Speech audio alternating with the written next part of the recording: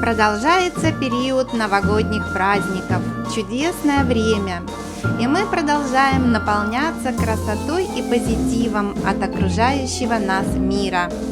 И я рада приветствовать вас на своем канале.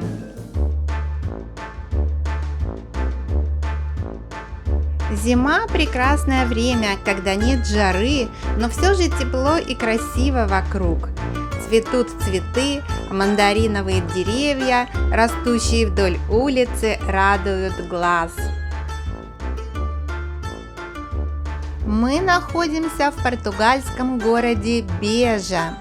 И в первой серии мы уже побывали в этом красивом монастыре Convento de Nossa Senhora de Conceição и узнали трогательную историю запретной любви молодой монахини, происшедшую в Средневековье.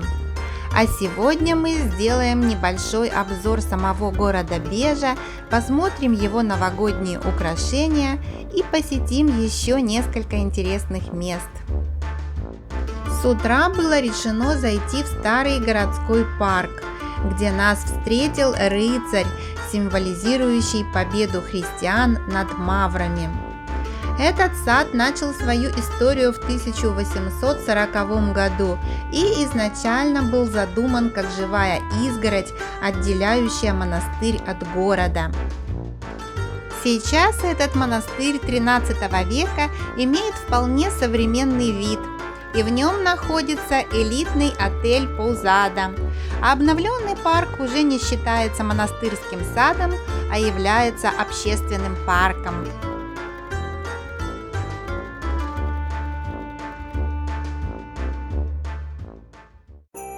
Проходя улочками исторического центра города, мы видим небольшие самодельные елочки возле каждого магазина, аптеки или офиса. Смотрится очень мило, ведь каждый коллектив сделал свою неповторимую елочку, и прямо настроение поднимается, когда проходишь мимо таких вот рукотворных шедевров.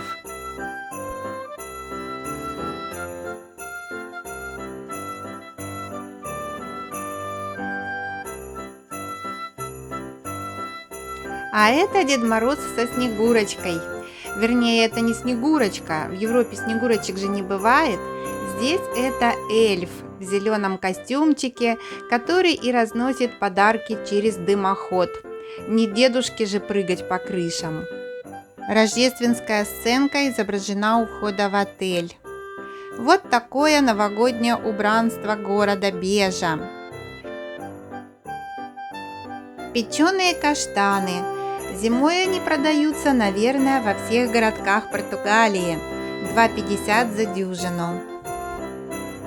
Здесь мы подошли к фирменной пивной Португалу. Вчера мы здесь дегустировали пиво «Слезы Марианны» в первой серии. А это уже другое фирменное пиво местного производства «Алвариада». Эта пивоварня открылась 5 лет назад в Беже, правда дороговато по сравнению с соседней пивоварней Мариана. На сегодняшний день город не очень индустриализирован, в основном здесь занимаются сельским хозяйством, вокруг много оливковых рощ и виноградников. Но интересно, что в Беже находится свой аэропорт. В архитектуре города прослеживается его история. Вот как этот уличный ресторанчик, оформленный в мавританском стиле, такой милый, что пройти мимо невозможно. Отведать кальмары с картошечкой, например, а цены ну просто смешные. Ну и, наверное, пришло время посетить самое выдающееся историческое строение города Бежа. Это средневековый замок Каштелу де Бежа. Это готическая крепость, строительство которой началось в XIII веке, сразу после христианского завоевания города, и продолжалось до XIV, а возможно и XV века. А знаменитая мраморная 40-метровая башня специалистами считается шедевром европейской готической военной архитектуры. Помимо этого, крепостные стены, окружавшие средневековый город, все еще имеют 28 башен того же периода и до сих пор смотрятся внушительно. А эта арка сохранилась еще с римских времен. Таких две в этом замке. К этим древним римским сооружениям и достраивались стены уже средневекового замка. Считается, что город этот был основан примерно в 400 году до нашей эры, и при раскопках более всего свидетельств осталось именно от римлян, так как в составе Римской империи этот город находился 600 лет. А в III и II веке до нашей эры проходил очень мощный процесс романизации местного населения. И в результате этот город и местность вокруг относилась в то время к очень романизированному региону. Так что именно Римская империя повлияла на культуру, архитектуру этого региона и на менталитет местного населения.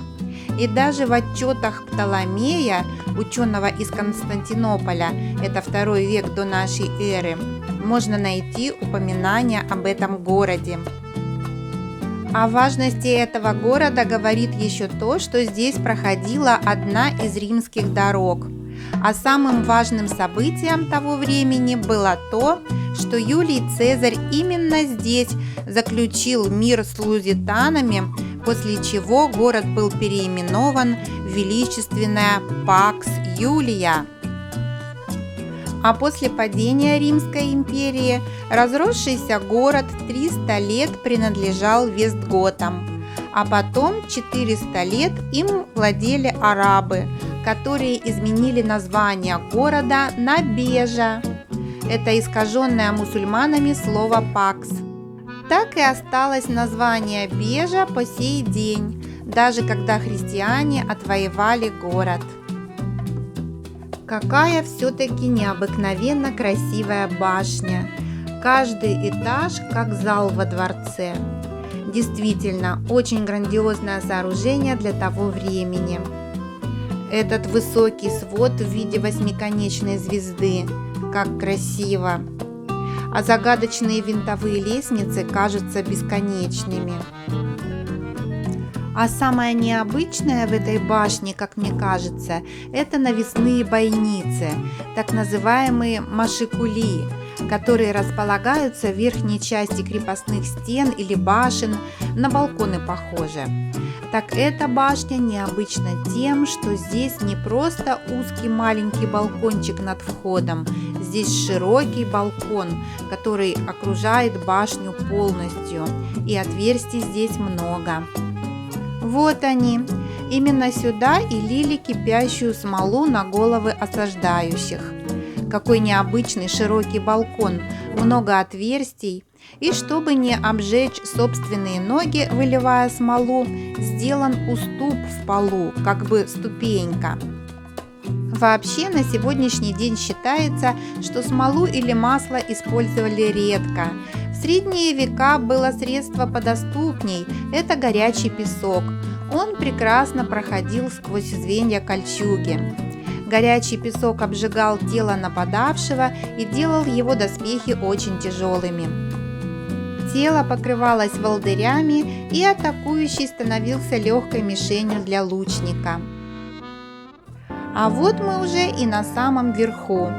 Впечатляет такая высота даже в наше время. Парим над землей. Какой необыкновенный замок!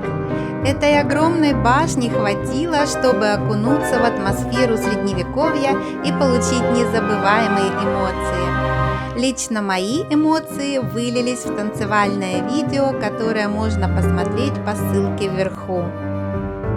А рядом с замком находится собор Бежи, который был освящен в 1590 году. Алтарь с позолоченной резьбой выполнен лиссабонским мастером в конце XVI века. Красиво и величественно смотрится эта церковь внутри. Стены традиционно украшены азулежо бело-голубой плиткой. так украшались все дворцы и церкви в Португалии. И вот мы опять на улочках Бежи. И снова видим эти милые елочки. На узких улицах как-то мирятся пешеходы и автомобили. А мы за очередным поворотом обнаружили, что опять вышли к центру. И здесь находится небольшой археологический музей. Он интересен тем, что здесь можно увидеть и фрагменты улиц и домов, которые находились на этом самом месте много веков назад. Вот прямо как обнаружили, раскопали, так и оставили. Накрыли все это куполом, и получился музей. Вход бесплатный, почему бы не зайти? Ходи, любуйся и представляй, как здесь жили люди в 3-м тысячелетии до нашей эры. Подумать только, здесь всегда жили люди. Хотя, конечно, где еще селиться, как не в этом благодатном климате.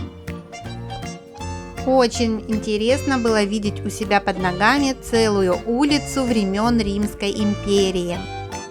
А сейчас еще хочется посетить большой, просто огромный парк, который находится недалеко.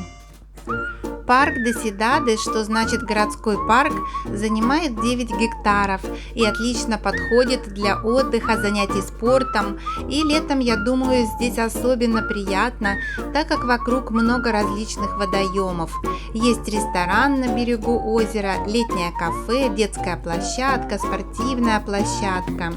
Я думаю, что тут и дня мало для этого парка, чтобы все осмотреть. Где-то здесь еще должен быть памятник Аль-Муталиду, королю-поэту, который был эмиром этой местности во время мусульманского правления в начале тысячелетия.